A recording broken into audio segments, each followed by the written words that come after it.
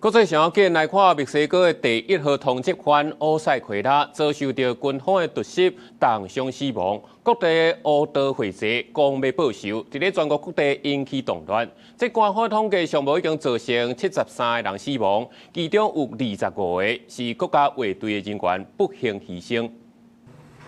这条道啊，互人大一空，而且佫降过去，穿空看现现。超市入口一台车辆，互人讲排气，偏旁有小过分裂，消防管线破去，当咧漏水。这是墨西哥大通缉犯欧塞奎拉伫军方突袭重伤死亡了后，伫哈里斯科州真济件攻击事件当中的其中一案。官方表示，这波行动了后发生的暴力事件，造成包括国家卫队成员，甲那像是乌道的人，有数十个人死亡。 Se registraron 6 agresiones, donde lamentablemente perdieron la vida 25 elementos de la Guardia Nacional, un custodio y uno de la Fiscalía General del Estado.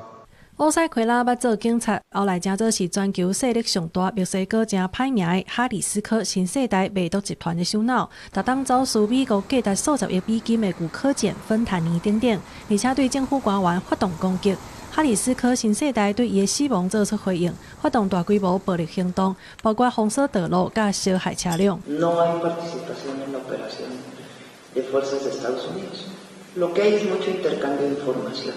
宣恩鲍姆呼吁保持冷静，当局表示，一直到23拜一，乌道伫20个州设超过250个路障，已经全部拢清了啊。另外，有过来的州学校停课，当地甲外国政府经过公民留点的信赖，有听讲美国对这个行动表示欢迎。总部伫咧布鲁塞尔的地库国际危机组织墨西哥分析师大卫莫拉表示，这个行动可能予其他犯罪集团掠到扩大的机会，甲哈里斯科新世代原地据点的控制权抢去。公司新闻吴文玲编译。